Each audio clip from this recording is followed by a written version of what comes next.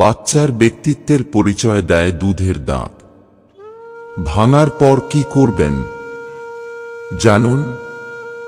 ছোট্ট বাচ্চাদের দুধের দাঁত পড়ে যাওয়ার পরই মজবুত ও স্থায়ী দাঁত ওঠে। এই দুধের দাঁত ভাঙার পর সেটা অনেকে মাটিতে পুঁতে দেন। ইদানিং ছোট বাচ্চাদের ধারণা ভাঙা দাঁত বালিশের তলায় রেখে ঘুমালে টুথ ফেয়ারি বা দাঁত পড়ি এসে সেই দাঁত নিয়ে যায়। কিন্তু প্রশ্ন হলো, এই ভাঙা দুধের দাঁতের কি করা উচিত? জ্যোতিষ শাস্ত্র ও সংখ্যা জ্যোতিষ বিচার করে এ বিষয়ে জানা যায়। জ্যোতিষ শাস্ত্রের আর একটি শাখা সামুদ্রিক শাস্ত্র অনুযায়ী ব্যক্তির শরীরের অঙ্গ তাদের গুণ, দোষ ও ভাগ্য নির্ধারণ করে। শাস্ত্র মতে দাঁতের গঠন ও তার রঙের ভিত্তিতে ব্যক্তির ভাগ্য, সুখ, দুঃখ, জ্ঞান ও লাভ সম্পর্কে সমস্ত তথ্য পাওয়া যায়। পরিষ্কার পরিচ্ছন্ন ও সুন্দর দাঁত ব্যক্তিকে সৌভাগ্যবান করে তোলে। 1. দুধের দাঁতের গুরুত্ব। সংখ্যা জ্যোতিষ শাস্ত্র মতে দুধের দাঁত বিশেষ গুরুত্বপূর্ণ।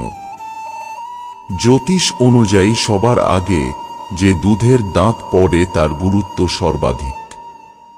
এই দাঁত সেই জাতকের ব্যবহার ও মানসিক পরিস্থিতিকে প্রভাবিত করে। প্রথম দুধের দাঁত পড়লে তার সঠিক যত্ন না নিলে সেই জাতক ভবিষ্যতে একাকিত্বে দিন কাটাতে পারে। এর পাশাপাশি বিভিন্ন মানসিক সমস্যার মোকাবিলা করতে হতে পারে সেই ব্যক্তিকে। পরবর্তী প্রজন্মের ওপর এর অধিক প্রভাব পড়ে জানাচ্ছে সংখ্যা জ্যোতিষ। 2. দুধের দাঁত পড়ে গেলে কি করবেন? দুধের দাঁত পড়ে গেলে তাকে তুলোয় পেঁচিয়ে বাঁশ গাছের তলায় পুঁতে রেখে দিন। জ্যোতিষ শাস্ত্রে বাঁশ গাছের বিশেষ মাহাত্ম্য রয়েছে। শাস্ত্র মতে বাঁশ বংশবৃদ্ধির প্রতীক। দুধের দাঁত বাঁশ গাছের গোড়ায় মাটিতে পুঁতে রাখলে ব্যক্তির জীবনে সুখ শান্তি বজায় থাকে। ভবিষ্যৎ প্রজন্মের উন্নতি হয় এর ফলে।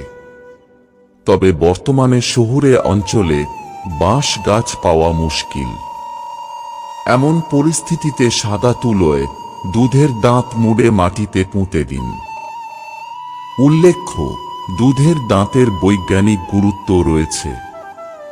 চিকিৎসা বিজ্ঞান অনুযায়ী দুধের দাঁতে ডেন্টাল স্টেম সেল থাকে।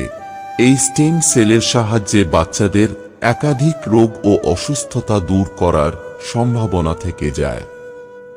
স্টেম সেল ব্যাংকে দুধের দাঁত রাখা একটি ভালো পদক্ষেপ প্রমাণিত হতে পারে। তবে এটি করা সম্ভব না হলে জ্যোতিষ পরামর্শ মেনে দুধের দাঁতটিকে মাটিতে পুঁতে দিন।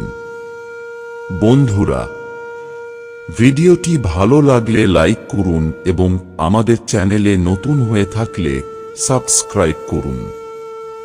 ধন্যবাদ। আপনার দিনটি শুভ হোক।